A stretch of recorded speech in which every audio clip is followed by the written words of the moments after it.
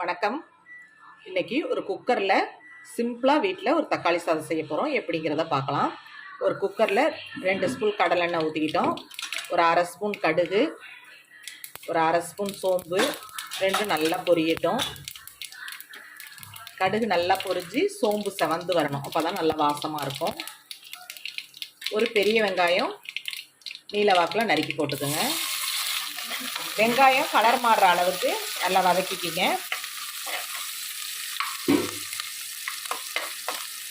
வெங்காயம் நல்லா வதங்கினோடனே 2 பச்சை மிளகா, ஒரு 5 பூண்டு பல் முழுசாக போட்டுருங்க. தட்டவும் வேண்டாம், கீரவும் வேண்டாம், முழுசாக ஒரு 5 பூண்டு பல் போட்டுருங்க. ரொம்ப ஈஸியாக வீட்டில் செய்கிற தக்காளி சாதம், ரொம்ப டேஸ்ட்டாக இருக்கும்.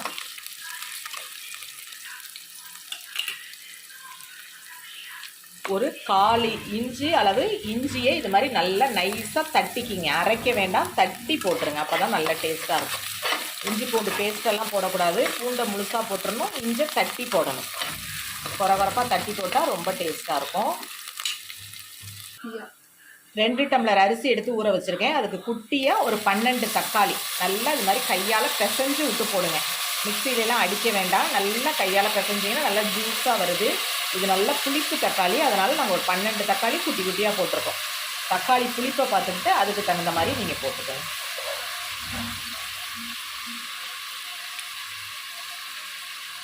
கையால் பிசைஞ்சு விட்டு போட்டிங்கனாலே நல்ல ஜூஸ் இறங்கும்.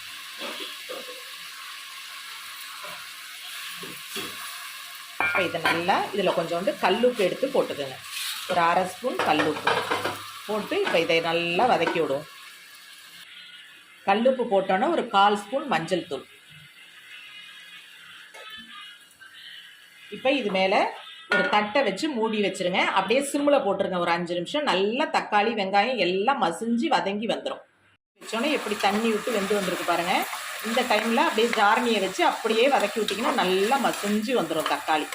அது கொஞ்சம் நேரம் வேகிறதுக்கு டைம் கொடுத்தோம்னா போதும். அப்படியே நல்லா வெந்து எவ்வளோ தண்ணி விட்டு வந்திருக்கு பாருங்கள். இப்போ கரண்டியோட பின் சைடை வச்சு ஜாரணியால் நல்லா மசிச்சு விட்டிங்கன்னா நல்லா மசிஞ்சு வந்துடும். தக்காளி நல்லா அதோட புளிப்பு டேஸ்ட்டு எல்லாம் இறங்கி நல்லா வதங்கி வந்துருச்சு. கொஞ்சமாக உங்கள் காரத்துக்கு தகுந்த மாதிரி வெறுமிளகாத்தூள்,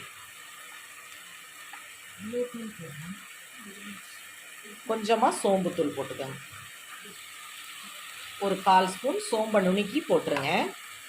சோம்பை கொஞ்சமாக மிக்சிலேயே அம்மிலேயே வச்சு நுணுக்கி போட்டிங்கன்னா நல்ல டேஸ்ட்டாக நல்லா வாசமாக இருக்கும். வேறு எந்த தூளுமே இதுக்கு போட வேண்டியதில்லை. வெறுமிளகாத்தூள் கொஞ்சோண்டு போட்டுக்கோங்க, சோம்புத்தூள் கொஞ்சோண்டு போட்டுக்கோங்க. நல்லா வதங்கி வந்துருச்சு. இப்போ தண்ணி அளந்து ஊற்றிக்க வேண்டியதான். இப்போ இந்த டம்ளரால் 2 டம்ளர் வீட்டில் சமைக்கிற பொன்னி அரிசி தான் போட்டிருக்கோம். இது 1க்கு 3ன்னு தண்ணி வச்சு 2க்கு 6 டம்ளர் தண்ணி ஊற்ற போகிறோம். நீங்கள் பாசுமதி ஜீரக சம்பாலை செஞ்சால் அதுக்கு தகுந்த மாதிரி ஊற்றிக்குவோம். வீட்டு சாப்பாட்டு அரிசியில் இந்த தக்காளி சாதம் செஞ்சு சாப்பிட்டு பாருங்கள், ரொம்ப நல்லாயிருக்கும்.